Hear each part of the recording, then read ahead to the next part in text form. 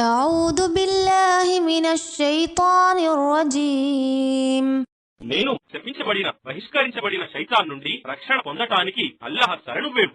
وعلى الذين هادوا حرمنا ما قصصنا عليك من قبل وما ظلمناهم ولكن كانوا أنفسهم يظلمون.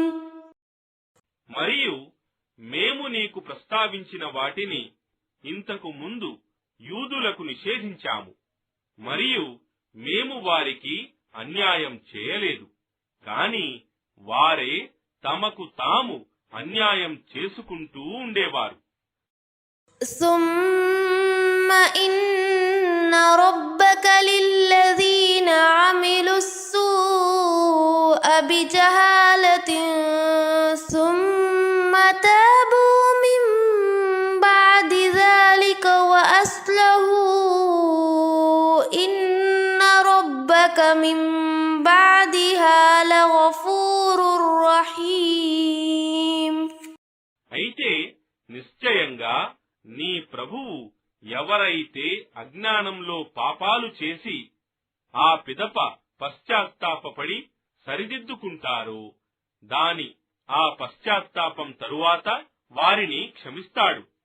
నిశ్చయంగా నీ ప్రభువు క్షమించేవాడు, అపార కరుణా ప్రదాత. إن إبراهيم كان أمة قانتا لله حنيفا ولم يك من المشركين.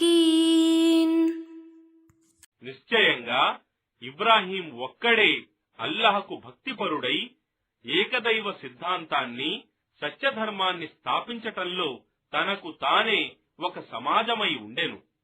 అతను అల్లాహకు సాటి కల్పించే వారిలో ఎన్నడూ చేరలేదు. شاكرا لأنعمه اجتباه وهداه إلى صراط مستقيم.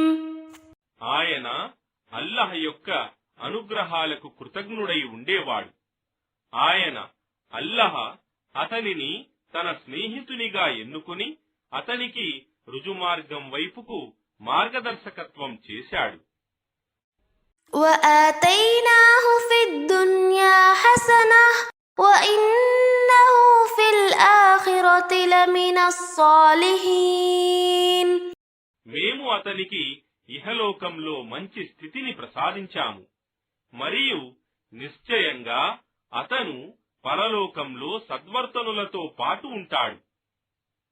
ثم أوحينا إليك أن اتبع ملة إبراهيم حنيفا وما كان من المشركين.